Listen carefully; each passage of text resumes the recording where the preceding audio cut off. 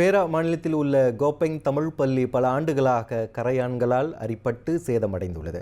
இதற்கு தீர்வு காணும் பொருட்டு மத்திய அரசாங்கம் 1,40,00,000 ரிங்கிட் நிதியை ஒதுக்கீடு செய்துள்ளது.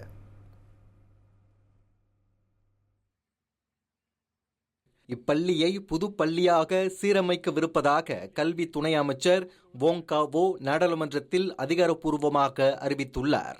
அந்த அறிவிப்பினால் கோப்பெங் வட்டார மக்கள் மகிழ்ச்சி அடைந்திருப்பதாக அதன் நாடாளுமன்ற உறுப்பினர் தன் கார் இங் தெரிவித்தார். மத்திய அரசாங்கம் வழங்கும் இந்நிதியை கொண்டு அப்பள்ளி வளாகத்தில் விரைவில் ஒரு புதிய கட்டிடத்தை நிர்மாணிப்பதற்கு ஏற்பாடு செய்யப்படும் என்றும் அவர் கூறினார்.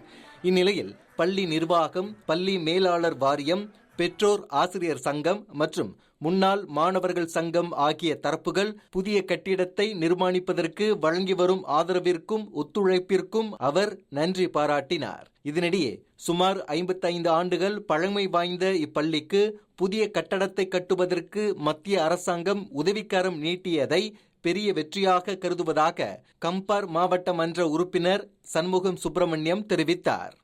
எங்களுக்கு ரொம்ப மகிழ்ச்சியா இருக்கு.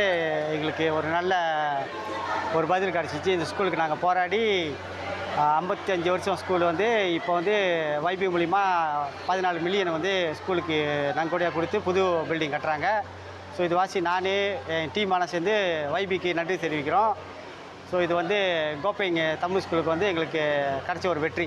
சிம்பாங் புலாயில் உள்ள சமூக மண்டபத்தில் நடைபெற்ற தீபாவளி திறந்த இல்ல உபசரிப்பில் கலந்து கொண்ட பின்னர் செய்தியாளர்களிடம் பேசிய அவர் இத்தகவல்களை பகிர்ந்து கொண்டார்.